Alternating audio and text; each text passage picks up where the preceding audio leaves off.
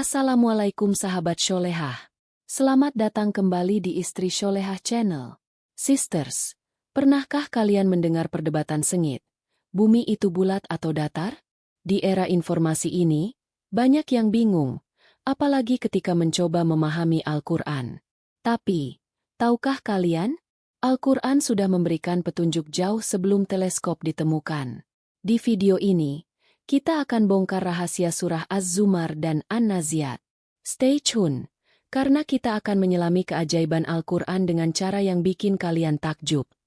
Baik, mari kita mulai dengan surah Az-Zumar ayat 5. Allah berfirman, Dialah yang menciptakan langit dan bumi dengan hak. Dia menyelimuti malam atas siang dan menyelimuti siang atas malam. Kata kunci di sini adalah menyelimuti atau dalam bahasa Arab, yukawir.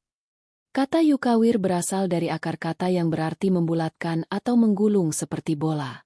Bayangkan, sisters, seperti bola yang berputar. Malam dan siang silih berganti karena bumi berotasi. Ini bukan cuma puitis, tapi juga petunjuk ilmiah. Al-Quran, yang diturunkan 1400 tahun lalu, sudah menggambarkan bumi sebagai sesuatu yang bulat dan dinamis, jauh sebelum ilmuwan barat membuktikannya. Dan ini bukan sekadar kebetulan. Al-Quran selalu selaras dengan fakta ilmiah, tapi dengan bahasa yang begitu indah dan universal. Jadi, apakah ayat ini sudah cukup menjawab? Tunggu dulu, kita lanjut ke ayat berikutnya. Sekarang, kita beralih ke surah An-Naziat ayat 30, dan bumi sesudah itu Dia hamparkan. Di sini, kata yang menarik adalah dahaha. Banyak yang salah paham, mengira dahaha berarti bumi itu datar seperti tikar. Tapi, coba dengar ini, dalam bahasa Arab klasik, dahaha juga merujuk pada sesuatu yang melengkung atau membulat, seperti telur burung unta yang bulat tapi agak pipih. Subhanallah, sisters, Al-Quran memilih kata yang begitu tepat. Bumi memang terlihat, terhampar, bagi kita yang berjalan di atasnya, tapi secara keseluruhan, ia bulat seperti yang dibuktikan oleh ilmu pengetahuan modern.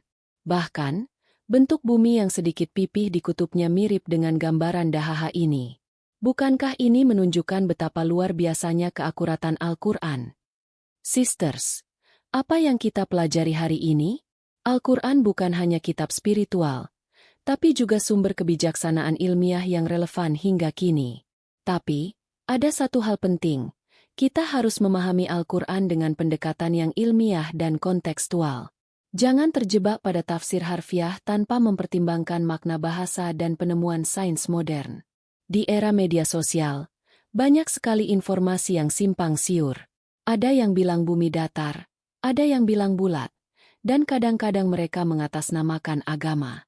Tapi, sebagai muslimah cerdas, kita harus berpikir kritis.